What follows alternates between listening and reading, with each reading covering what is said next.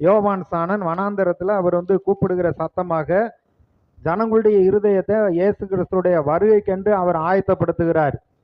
அது லூக்கா சுவிசேஷத்துல எல்லாம் பார்த்தீங்கன்னா அவர் பேசுகிற வார்த்தையெல்லாம் கேட்டு போர் சேவர்கள் கேட்குறாங்க, ஆண்டவரே நாங்கள் என்ன செய்யணும்? அப்போ நீங்கள் உங்கள் சம்பளத்துக்கு மேலே அதிகம் ஒன்றும் வாங்காதீங்க அப்படின்னு சொல்லிட்டு, அப்புறம் வேலைக்காரங்க வர்றாங்க, எஜமா நாங்கள் என்ன செய்யணும் அப்படிங்கிறப்ப நீங்கள் உண்மை உத்தமமாக வேலை செய்யுங்க அப்படின்னு இப்படி எல்லாருக்கும் அவர் சொல்லுகிறார். மனம் திரும்புதலுக்கு ஏற்ற ஒரு ஞானஸ்தானத்தை பிரசங்கம் பண்ணுகிறார்.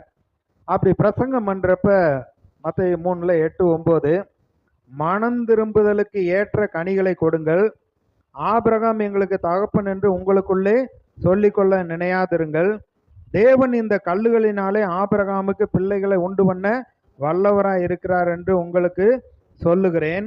இப்பொழுதே கோடாரியானது மரங்களின் வேறருகே வைத்திருக்கிறது, ஆகையால் நல்ல கனி கொடாத மரம் எல்லாம் வெட்டுண்டு அக்கினியிலே போடப்படும்.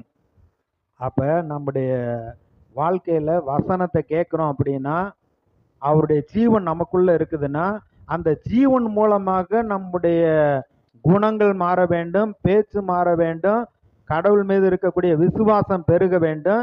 இந்த காரியத்தை தான் பிதாவாகிய தேவன் நமக்குள்ள அந்த ஜீவன் மூலமா அவர் செஞ்சுக்கிட்டு இருக்கிறார்.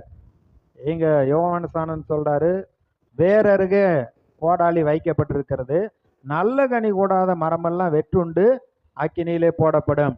ஏசு அதுக்கு யோவான் இது மத்தேயு சுவிசேஷம் அந்த மலை பிரசங்கத்தில் 7வது அதிகாரத்தில் சொல்றப்ப, நல்ல மரம் கெட்ட கனியை கொடுக்காது, கெட்ட மரம் நல்ல கனியை கொடுக்காது, மரம் நல்லதென்றால் அதன் கனியும் நல்லதென்றுங்கள் சொல்லிட்டு அப்படியே மனுஷனுடைய இருதயத்தை பற்றி சொல்றார்.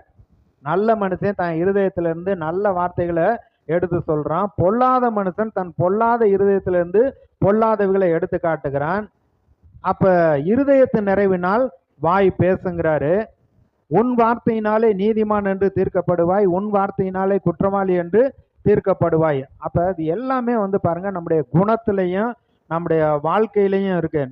எனக்கு ஒன்று வராது, ஒன்று விளங்கல, வேலை கிடைச்சாலும் கூலி கிடைக்க மாட்டேங்குது, என் முகராசி சரியில்லை, நான் போனாலும் ஒன்றும் நடக்க மாட்டேங்குது, யாரும் என்னை விரும்ப மாட்டேங்கிறாங்க, இப்படியே சொல்லிக்கிட்டே இருங்க. ஏன்னா உங்க இருதயத்துல அதானே இருக்கு. அப்ப அதே மாதிரி நடக்குது.